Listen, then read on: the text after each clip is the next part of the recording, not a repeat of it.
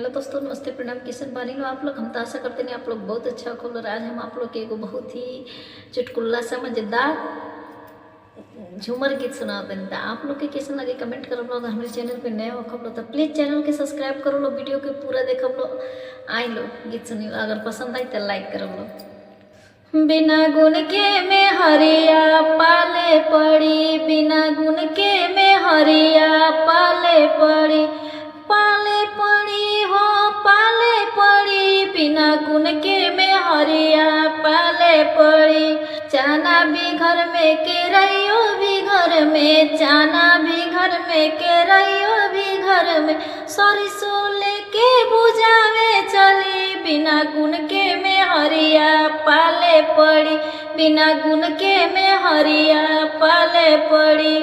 बेटवा भी घर में बिटिया भी घर में, बेटवा भी घर में बिटिया भी घर में, अरे पिल्ला के लेके खिलावे चली, बिना गुण के में हरिया पाले पड़ी, बिना गुण के में हरिया पाले पड़ी, पाले पड़ी हो पाले पड़ी, बिना गुण के में हरिया पाले पड़ी।